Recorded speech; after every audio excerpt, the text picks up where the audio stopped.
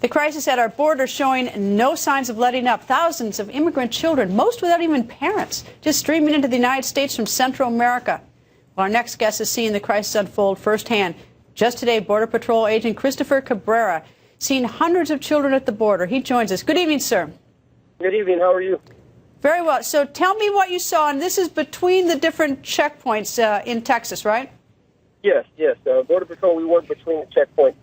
This morning, our agents apprehended a group of almost 300 people that had turned themselves in, all of them women and children.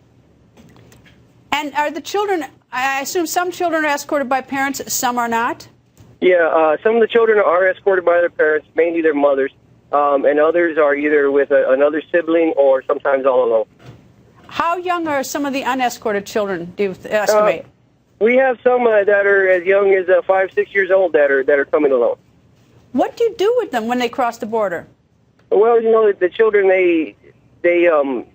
they're very delicate, you know, so they have to be treated a different way.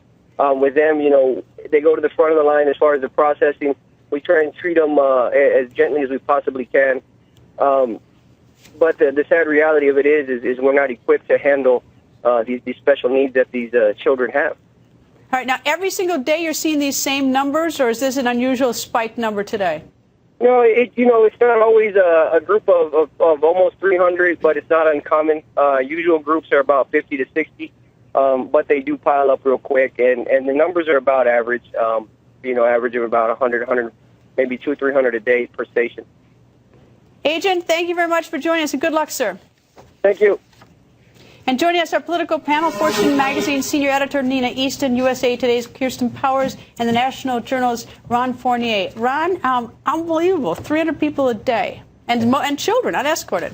Yeah, it's awfully complicated, obviously, but this is a country that for decades now we've opened our hearts and our wallets to refugees around the globe. I know it's more complicated, these folks being right on our border and not being legal, but what else can we do but be the great country we are, take these kids in, take care of them. But you call them refugees, and I guess, when I think of refugees, I usually think of like in the Sudan where President Bashir is bombing his people and they don't have food and water and they're fleeing. Are these refugees in that conventional sense? I think so. I mean, not literally in that sense, but these are kids who are fleeing economic deprivation and severe violence, and they need this nation's help, and they're going to be.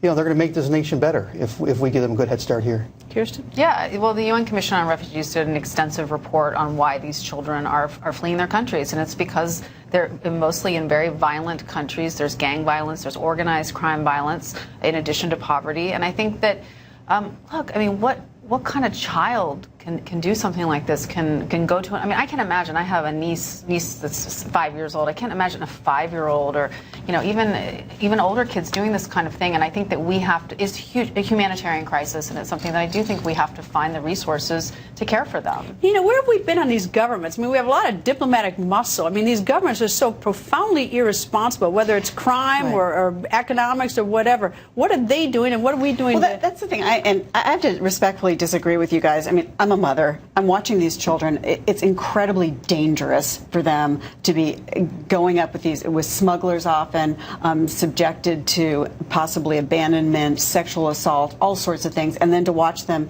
in these settings when they get sick, they pass on the sickness. It's incredibly difficult. What you don't want to do is encourage this to continue. This is already you have to look at why. So it was about 6,000 unaccompanied minors last year. We're already up to 42,000. They're looking at 60,000. So what do we do? What about their government? Wait. Let me just say, I think you have to say that the door is closed.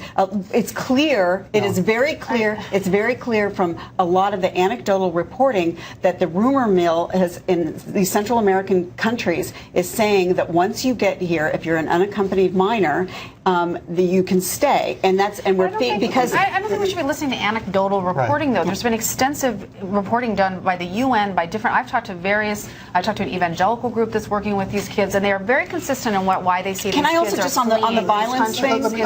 Just on Mexico was incredibly riven by violence and by gang violence, and is always riven by poverty. You don't have hundreds and thousands of children, tens of thousands of children, unaccompanied minors showing up at the border.